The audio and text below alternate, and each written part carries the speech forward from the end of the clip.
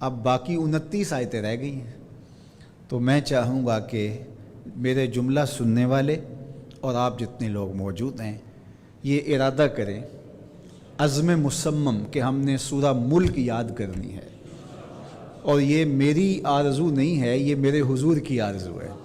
اللہ اکبر۔ تو حضور نے فرمایا، یہ حضرت عبداللہ ابن عباس کہتے ہیں، حدیث سنیے، یہ دوبارہ حدیث آپ کے شوق کو دوبالا کرنے کے لیے، آپ کے اندر تشویق پیدا کرنے کے لیے، شوق فراواں آپ کے اندر پیدا کرنے کے لیے یہ حدیث آپ کو سنانا چاہوں گا پھر دوبارہ، کہ حضرت عبداللہ ابن عباس رضی اللہ تعالیٰ عنہ فرماتے ہیں کہ قال رسول اللہ صلی اللہ علیہ وآلہ وسلم وددت، مجھے بڑا محبوب لگتا ہے، مجھے بڑا اچھا لگتا ہے، میری بڑی چاہت ہے۔ وددت یہ ود سے ہے، محبت سے۔ وددت مجھے بڑی آرزو ہے، میری بڑی تمنا ہے، انہا فی قلب کل مومن، ہر مومن کے سینے میں موجود ہو، یعنی تبارک الذی بیدہ الملک، سورہ ملک میرے ہر غلام کو یاد ہو، ہر مومن کے سینے میں یہ سورت موجود ہو۔ اللہ اکبر۔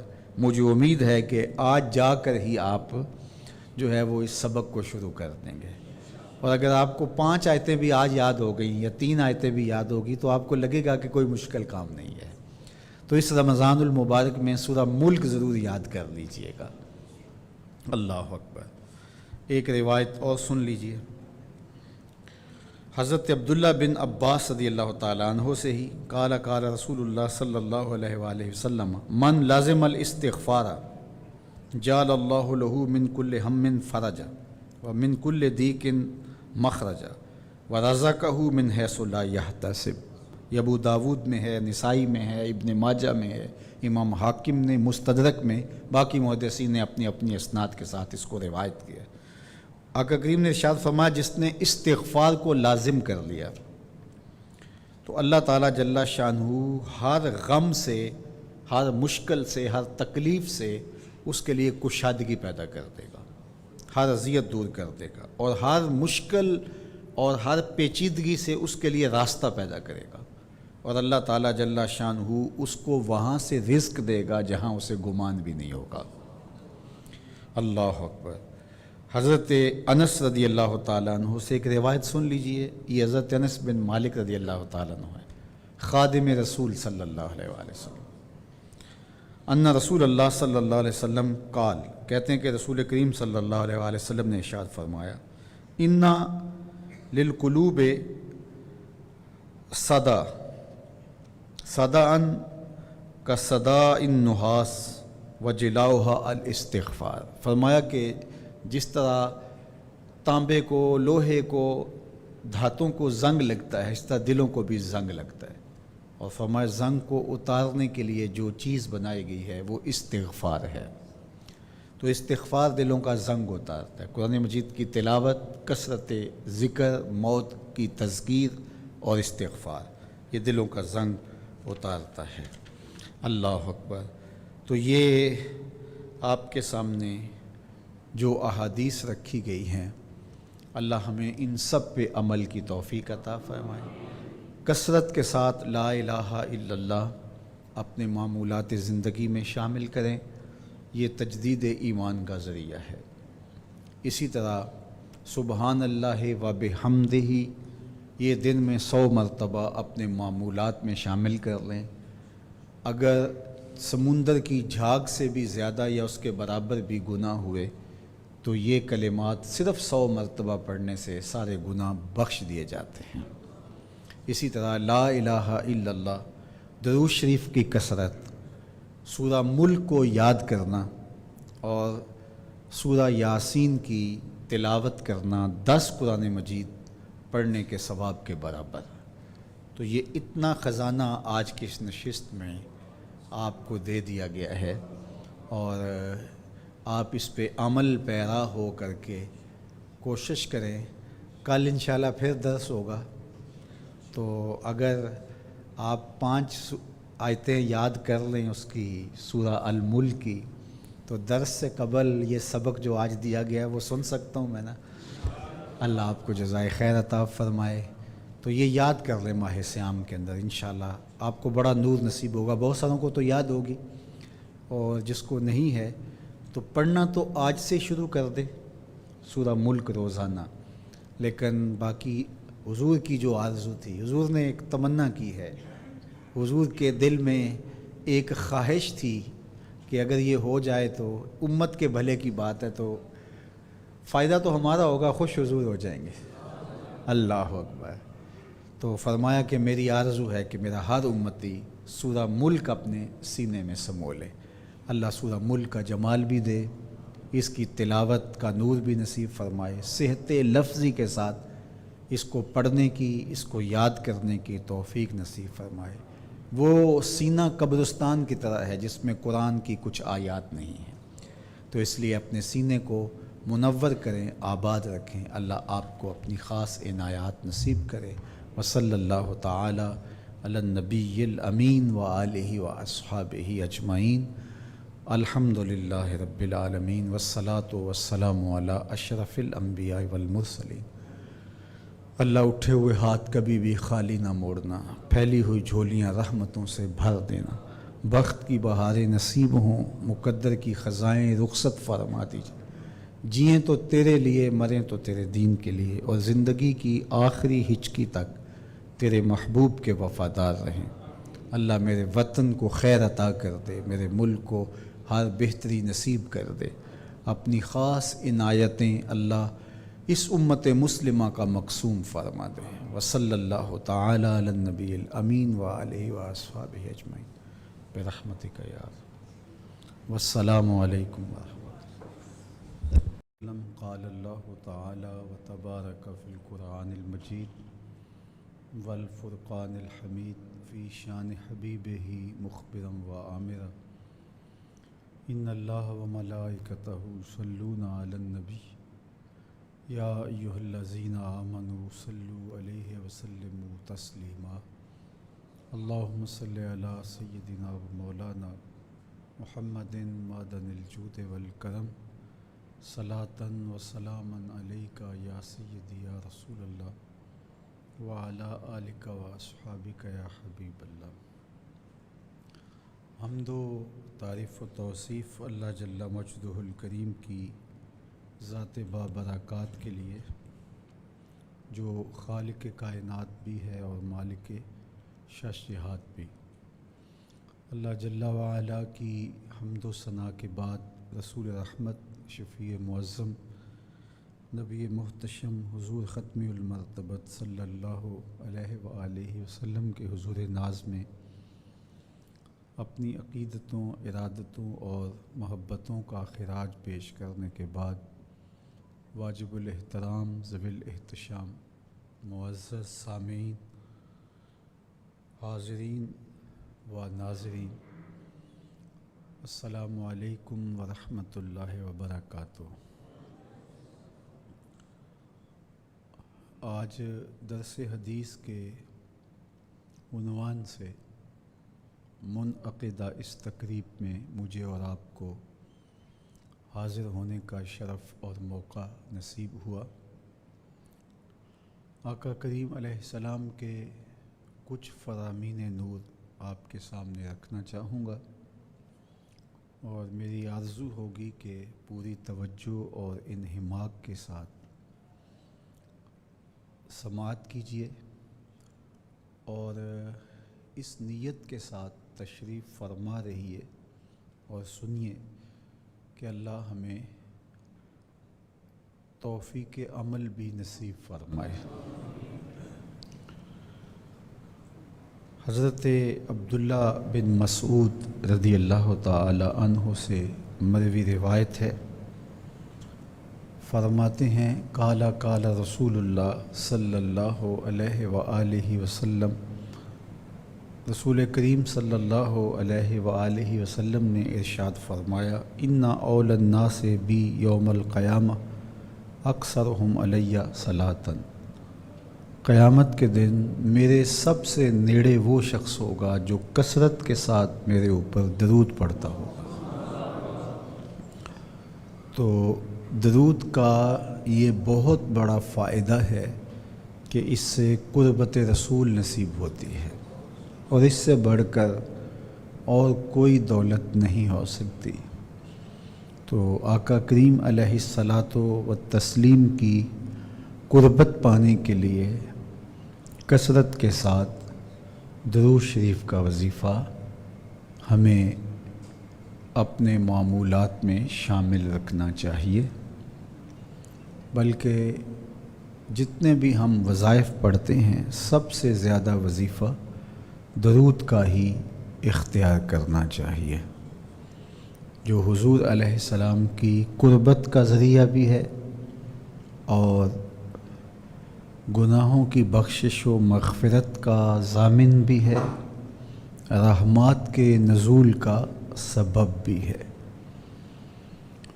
اور درود پڑھنے سے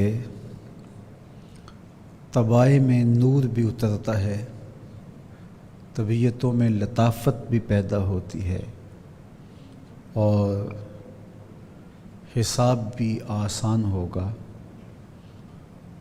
آقا کریم علیہ السلام کی محبت پیدا ہوتی ہے، اور حضور علیہ السلام کے قلب اطہر میں درود پڑھنے والے کی محبت پیدا ہوتی ہے۔ تو اس لیے کثرت کے ساتھ درود پڑھنے کی تلقین ہے اس حدیث پاک میں، اور اس کے لیے جو اجر جو صلہ بتایا گیا وہ اہل محبت کے لیے کافی ہے کہ قیامت کے دن سب سے زیادہ قربت درود پڑھنے والے کو ہی نصیب ہوگی۔ دوسری روایت حضرت ابو درداء رضی اللہ تعالی عنہ سے مروی ہے، قال فرماتے ہیں قال رسول اللہ صلی اللہ علیہ وآلہ وسلم، رسول کریم علیہ الصلاۃ و تسلیم نے ارشاد فرمایا، لَيَبْعَثَنَّ اللَّهُ أَقْوَامًا يَوْمَ الْقِيَامَةِ فِي وُجُوهِهِمُ النُّورُ عَلَى مَنَابِرِ اللُّؤْلُؤِ يَغْبِطُهُمُ النَّاسُ لَيْسُوا أَنْبِيَاءَ وَلَا شُهَدَاءَ۔ قیامت کے دن ایک طبقہ لوگوں کا ایک گروہ آئے گا، ان کے چہروں پر نور برس رہا ہوگا، اور وہ موتی کے بنے ہوئے ممبروں پر تشریف فرما ہوں گے۔ یغبطہم الناس، لوگ ان کی اس شان و شوکت کو دیکھ کے رش کریں گے۔ لیسوا انبیاء، وہ نبی نہیں ہوں گے، ولا شہداء، وہ شہداء بھی نہیں ہوں گے۔ فجس اعرابی علی رکبتیہ، جب حضور نے یہ ارشاد فرمایا تو ایک دیہاتی تھا مجلس میں بیٹھا ہوا، وہ اپنی پنڈلیوں کو بچھا کر کے ایسے کھڑا ہو کے کہنے لگا کہ حضور پھر ہمیں بتائیے وہ ہوں گے کون؟ تو اس نے حضور علیہ السلام سے سوال کیا کہ ہمیں اس طرح سے بتائیے کہ ہم ان کو پہچان جائیں، ہمیں ان کی معرفت حاصل ہو۔ تو آقا کریم نے ارشاد فرمایا، ہم المتحابون فی اللہ، وہ اللہ کے لیے آپس میں محبت کرنے والے ہوں گے۔ من قبائل شتیٰ، اور وہ مختلف قبیلوں سے تعلق رکھتے ہوں گے۔ و بلاد شتیٰ، من قبائل شتیٰ و بلاد شتیٰ، مختلف ملکوں سے، مختلف شہروں سے، مختلف قبیلوں سے تعلق رکھتے ہوں گے۔ یجتمعون علی ذکر اللہ، وہ کسی ایک جگہ اللہ کے ذکر کے لیے جمع ہوتے ہوں گے، اور اللہ کا ذکر کرتے اور اللہ کے نام کی پکار کرتے ہوں گے۔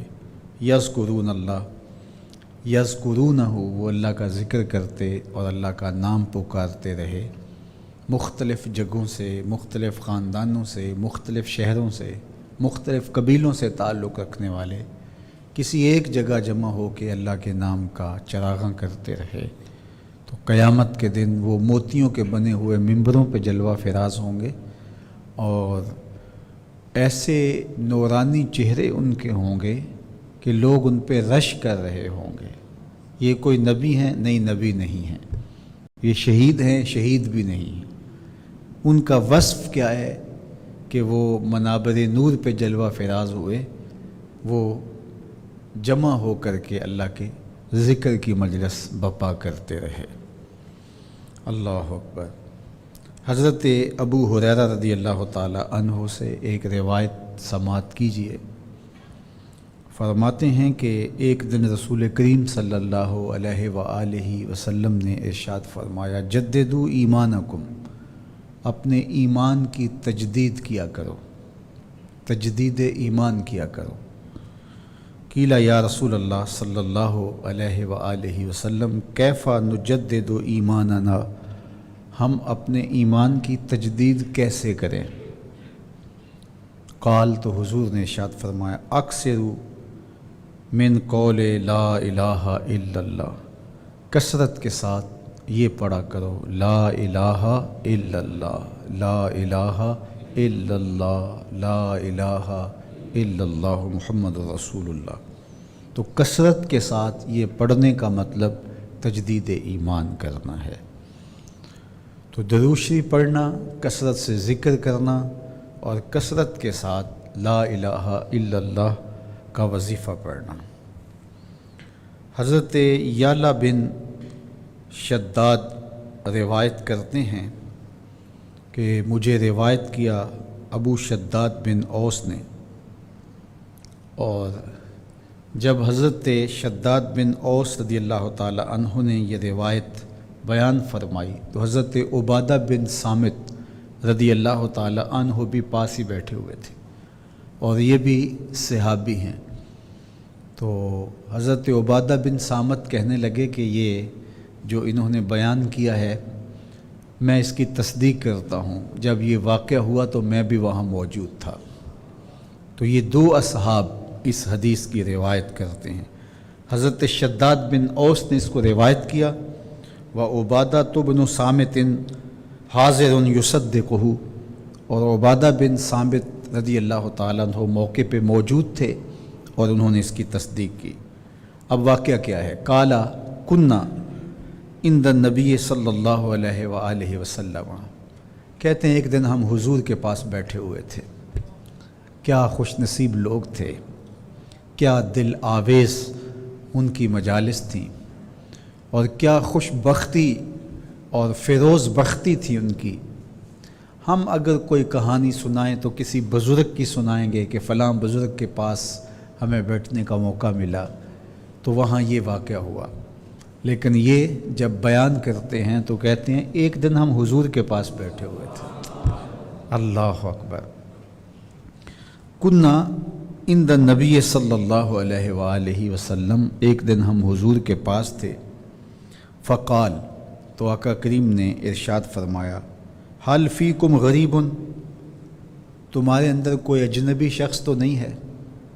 سارے اپنے ہی ہیں، کوئی اجنبی تو نہیں ہے، یعنی اہل الکتاب، اہل کتاب سے تو کوئی نہیں، کوئی دوسرا تو نہیں، یہودی تو کوئی نہیں بیٹھا، عیسائی تو کوئی نہیں بیٹھا، سارے اپنے والے ہی ہیں۔ تو کہتے ہیں کہ قلت لا یا رسول اللہ، یا قلنا لا یا رسول اللہ، ہم نے کہا کہ حضور نہیں، سارے اپنے ہی ہیں صلی اللہ علیہ وآلہ وسلم۔ حضور سارے کے سارے اپنے ہی بیٹھے ہیں، کوئی اجنبی، کوئی بیگانہ شخص نہیں بیٹھا۔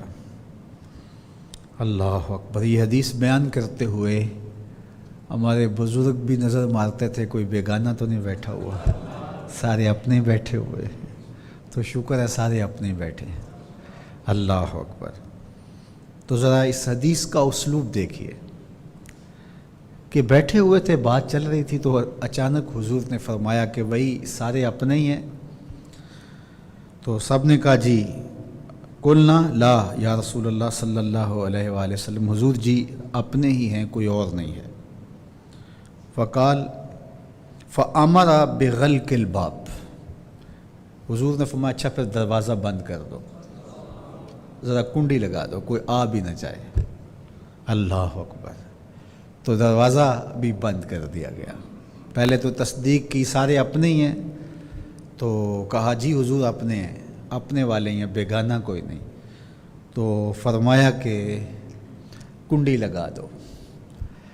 اچھا، مجھے یہ گمان غالب ہے، ظن غالب ہے کہ جو نیٹ کے ذریعے ہمیں سن رہے ہیں وہ بھی اپنے والے ہیں سارے، ورنہ میں نے کہہ دیتا کہ چلو اس کو 2 منٹ کے لیے بند کر دو، لیکن سارے جو جن سے میں مخاطب ہوں وہ بھی سارے اپنے والے ہیں، تو آپ بھی سارے اپنے والے ہیں۔ تو حضور نے فرمایا بھی بھئی سارے اپنے ہی ہیں، کہا جی اپنے ہیں۔ تو فَأَمَرَ بِغَلْقِ الْبَابِ، حضور نے دروازہ بند کرنے کا حکم دیا۔ وقال، اور پھر فرمایا ارفعوا ایدیکم، ہاتھ کھڑے کرو۔ تیسری بات حضور نے، پہلے پوچھا سارے اپنے ہی ہیں، جی سارے اپنے ہیں، پھر فرمایا دروازہ بند کر دو، دروازہ بند ہو گیا، پھر فرمایا ارفعوا ایدیکم، اپنے ہاتھ کھڑے کرو، تو سب نے ہاتھ کھڑے کر لیے۔ وقولوا لا الہ الا اللہ، اور کہو لا الہ الا اللہ، ہاتھ کھڑے کر کے کہو لا الہ الا اللہ۔ کہتے ہیں فرفعنا ایدینا ساعتن، ہم نے ایک لمحے کے لیے ہاتھ کھڑے کر دیے۔ وقالا، ثم قالا، پھر آپ نے فرمایا الحمدللہ، اللہ کی تعریف، اللہم بعثنی بہذہ الکلمہ، اے اللہ تو نے مجھے اس کلمے کے ساتھ مبعوث کیا ہے، یہ کلمہ دیا ہے اور مجھے بھیجا ہے۔ وَأَمَرْتَنِي بِهَا وَوَعَدْتَنِي عَلَيْهَا الْجَنَّةِ، اور تو نے مجھے حکم دیا ہے اس کلمے کی تعلیم کا، اس کلمے کی تبلیغ کا۔ وَوَعَدْتَنِي، اور تو نے مجھے وعدہ دیا ہے، عَلَيْهَا، اس کلمے پر، الْجَنَّةَ، جنت کا۔ حضور نے یہ صحابہ سے کہلوایا، ہاتھ کھڑے کروائے، دروازے بند تھے، فرمایا کہ پڑھو لا الہ الا اللہ، ہاتھ کھڑے کرو، انہوں نے لا الہ الا اللہ پڑھا، ہاتھ کھڑے کیے، تو کہا الحمدللہ، یہ حضور نے فرمایا الحمدللہ، اور فرمایا کہ اے اللہ تو نے مجھے اس کلمے کے ساتھ مبعوث کیا ہے، اور تو نے مجھے حکم دیا ہے اس کلمے کا، اور میرے سے وعدہ کیا ہے جو یہ کلمہ پڑھے گا اس کو جنت عطا کی جائے گی۔ وَأَنْتَ لَا تُخْلِفُ الْمِيعَادَ، تو کبھی بھی وعدہ خلافی نہیں کرتا۔ حضور نے پھر یہ فرمایا کہ اے اللہ تو نے وعدہ کیا ہے کہ اس کلمے کے قائل کو جنت دوں گا، اور تیرے وعدے سچے ہوتے ہیں، تو کبھی وعدہ خلافی نہیں کرتا۔ یہ حضور نے اللہ کی بارگاہ میں عرض کی۔ ثم قال، پھر حضور نے فرمایا ابشروا، تمہیں مبارک ہو، جتنے لوگ بیٹھے تھے حضور نے فرمایا تمہیں مبارک ہو، فإن اللہ قد غفر لکم، اللہ نے تم سب کو بخش دیا، اللہ نے تم سب کو بخش دیا۔ تو ہم بھی امید رکھتے ہیں کہ یہ تسلسل کے ساتھ ہمارے تک حدیث پہنچ رہی ہے، تو ہمیں حضور کی دعا کا مصداق بنا دے۔ اللہ اکبر۔ ایک اور روایت سنیے، اور یہ سند حسن کے ساتھ روایت مروی ہے، امام احمد نے بھی اور باقی لوگوں نے بھی اس کو روایت کیا ہے۔ حضرت ابو ہریرہ رضی اللہ تعالیٰ عنہ سے یہ روایت مروی ہے، قال، فرماتے ہیں ان رسول اللہ صلی اللہ علیہ وآلہ وسلم قال، کہتے ہیں کہ اللہ کے رسول صلی اللہ علیہ وآلہ وسلم نے ارشاد فرمایا، من قال سبحان اللہ و بحمدہ فی یوم مئۃ مرۃ غفرت لہ ذنوبہ وان کانت مثل زبد البحر، فرمایا جس نے دن میں 100 مرتبہ سبحان اللہ و بحمدہ پڑھا، صرف یہ کلمہ 100 مرتبہ دن میں پڑھا، اس کے گناہ چاہے سمندروں کی جھاگ کے برابر بھی ہوں، اللہ معاف فرما دے گا۔ اللہ اکبر۔ اس کو مسلم نے بھی روایت کیا ہے، ترمذی نے بھی، نسائی نے بھی، اور بھی کتب احادیث میں یہ روایت موجود ہیں کہ جس نے 100 مرتبہ دن میں یہ کلمہ پڑھا، سبحان اللہ و بحمدہ، تو فرمایا کہ اللہ تعالیٰ اس کے سارے گناہوں کو معاف کر دیتا ہے، وہ گناہ اگر سمندروں کی جھاگ کے برابر ہی کیوں نہ ہوں۔ اللہ اکبر۔ حضرت انس رضی اللہ تعالی عنہ سے مروی ایک روایت سن لیجئے جو امام ترمذی نے اپنی سند کے ساتھ روایت کی کہ قالا رسول اللہ صلی اللہ علیہ وآلہ وسلم انا لکل شیء قلبا وقلب القرآن یاسین۔ حضور نے ارشاد فرمایا ہر چیز کا ایک دل ہوتا ہے، قرآن کا دل سورہ یاسین ہے، اور فرمایا ومن قرأ یاسین کتب اللہ بقراءتها قراءۃ القرآن 10 مرات۔ جس نے سورہ یاسین کی تلاوت کی اللہ اس کو 10 مرتبہ قرآن پڑھنے کا ثواب عطا فرمائے گا۔ تو سورہ یاسین 10 مرتبہ قرآن مجید پڑھنے کے ثواب کے برابر ہے۔ تو یہ قرآن مجید کا قلب ہے۔ عروس القرآن سورہ الرحمن ہے، دلہن، اور صورتوں میں قلب القرآن، قرآن کا دل، یہ سورہ یاسین ہے۔ احسن القصص جو آج تلاوت ہوئی سورہ یوسف ہے، اس کو احسن القصص کہا گیا۔ تو قرآن مجید کی مختلف صورتوں کے مختلف اجر و ثواب بتائے گئے ہیں، تو سب سے زیادہ ثواب اس کا بتایا گیا ہے کہ 10 مرتبہ قرآن مجید پڑھنے کا ثواب نصیب ہوتا ہے جو قلب القرآن سورہ یاسین کی تلاوت کرتا ہے۔ اللہ اکبر۔ حضرت ابو ہریرہ رضی اللہ تعالیٰ عنہ سے ہی دوسری روایت مروی ہے، چونکہ سب سے زیادہ روایات انہی سے مروی ہیں۔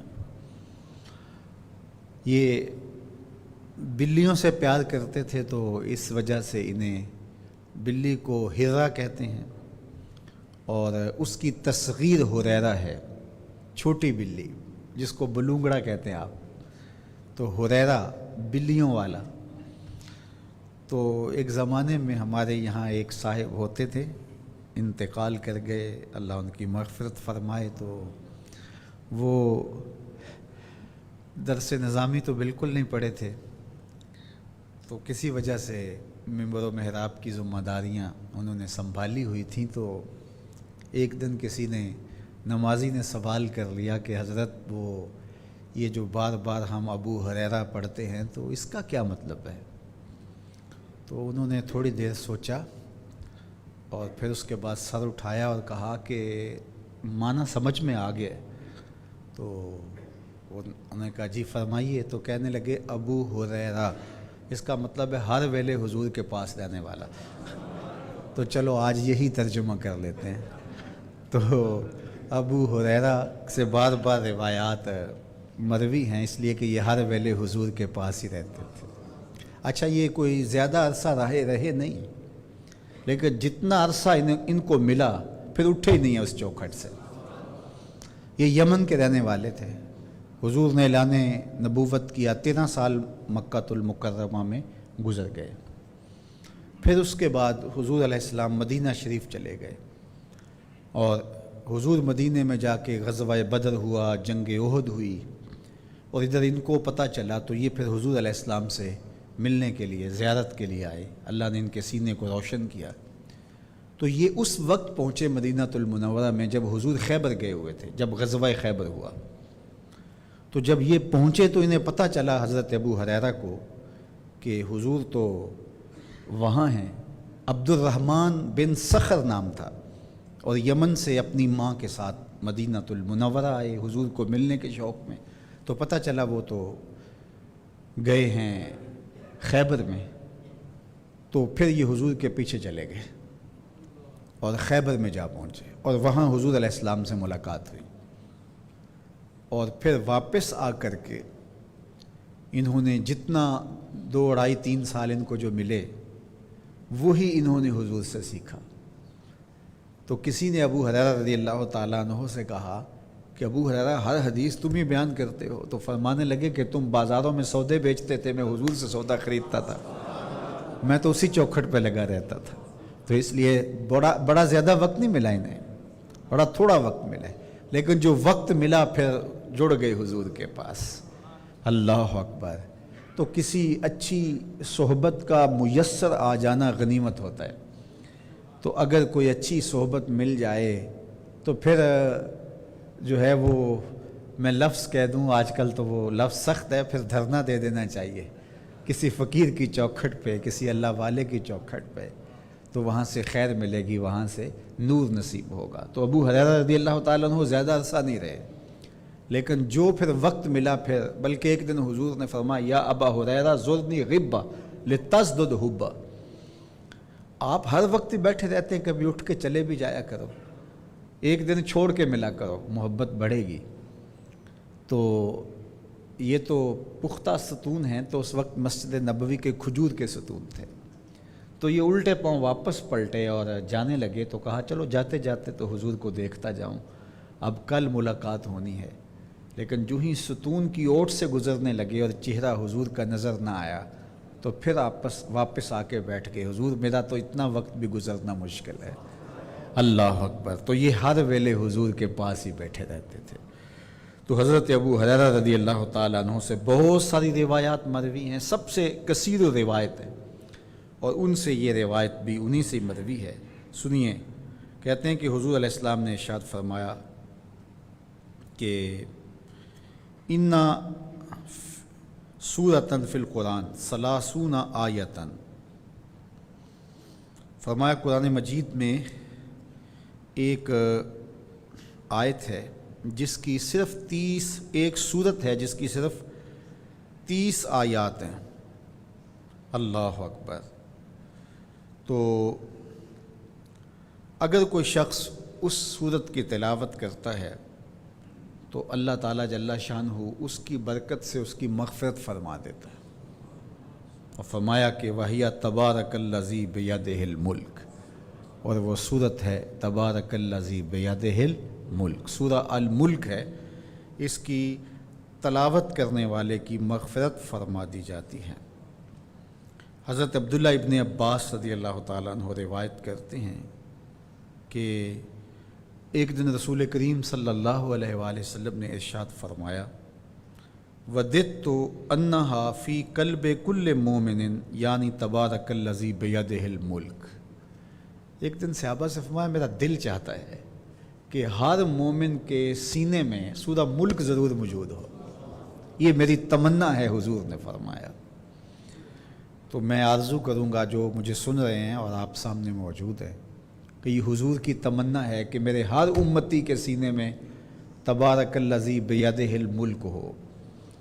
تو اس رمضان میں پھر کوشش کر کے یہ سورت یاد کر لیجئے، صرف 2 رکوع ہیں، بہت بڑی صورت نہیں ہے حجم کے اعتبار سے، صرف 30 آیات ہیں، اور روز کی ایک آیت بھی یاد کریں تو 1 مہینہ لگے گا، اور اگر 2 آیتیں روز یاد کریں تو آپ کو 25ویں روزے میں یہ صورت حفظ ہو چکی ہوگی۔ 10 تو روزے گزر گئے ہیں، باقی 15 دن لگیں گے، صرف 2 آیات، تبارک الذی بیدہ الملک وہو علی کل شیء قدیر، ایک تو یاد ہو گیا، آپ کو سبق کا آغاز ہو گیا، تو 1 آیت تو یاد ہوگی سب کو، اب باقی 29 آیتیں رہ گئی ہیں۔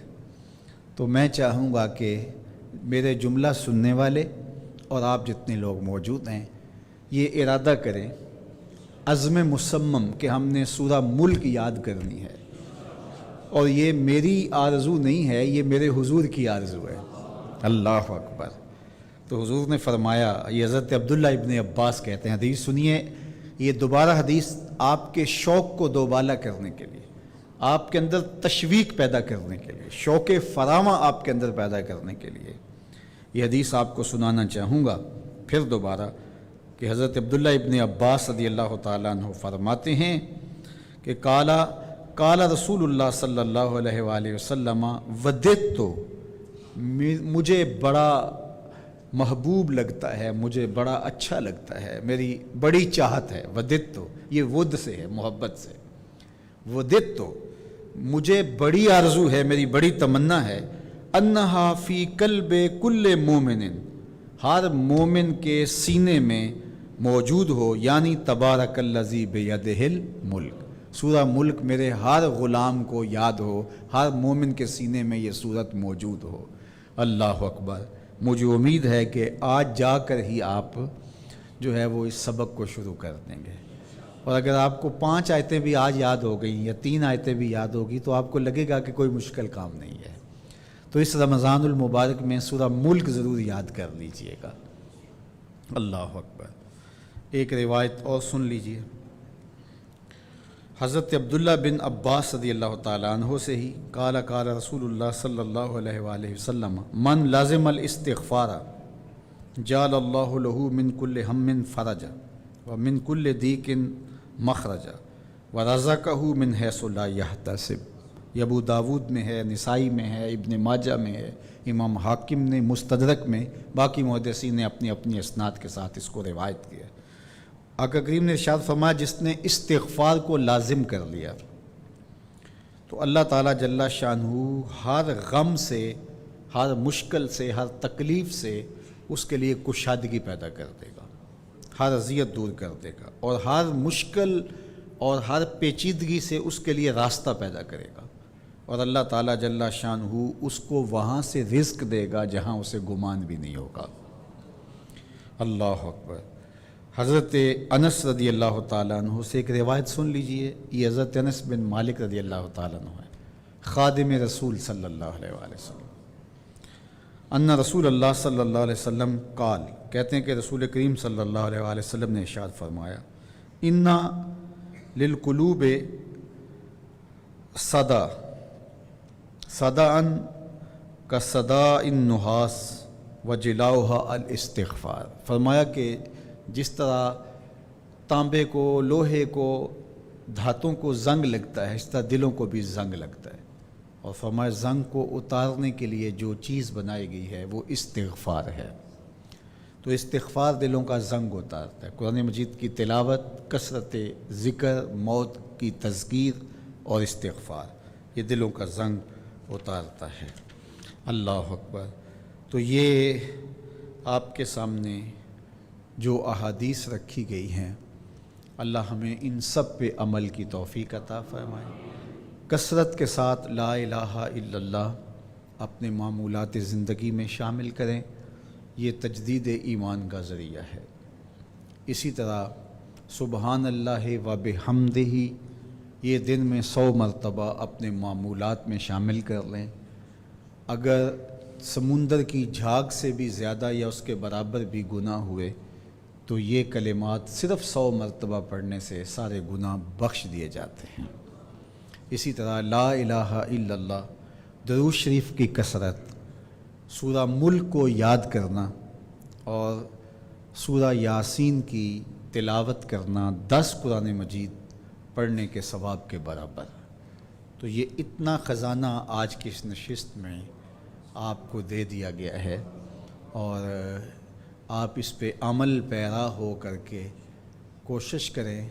کل انشاءاللہ پھر درس ہوگا، تو اگر آپ 5 آیتیں یاد کر لیں اس کی، سورہ الملک کی، تو درس سے قبل یہ سبق جو آج دیا گیا ہے وہ سن سکتا ہوں میں نا. اللہ آپ کو جزائے خیر عطا فرمائے. تو یہ یاد کر لیں ماہ صیام کے اندر، انشاءاللہ آپ کو بڑا نور نصیب ہوگا. بہت ساروں کو تو یاد ہوگی، اور جس کو نہیں ہے تو پڑھنا تو آج سے شروع کر دے سورہ ملک روزانہ.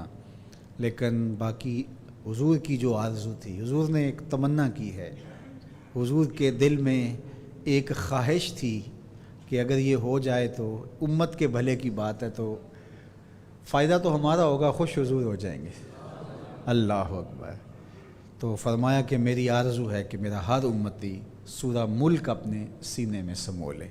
اللہ سورہ ملک کا جمال بھی دے، اس کی تلاوت کا نور بھی نصیب فرمائے، صحت لفظی کے ساتھ اس کو پڑھنے کی، اس کو یاد کرنے کی توفیق نصیب فرمائے. وہ سینہ قبرستان کی طرح ہے جس میں قرآن کی کچھ آیات نہیں ہیں، تو اس لیے اپنے سینے کو منور کریں، آباد رکھیں. اللہ آپ کو اپنی خاص عنایات نصیب کرے. وصلی اللہ تعالی علی النبی الامین وآلہ واصحابہ اجمعین. الحمد للہ رب العالمین والصلاة والسلام علی اشرف الانبیاء والمرسلین.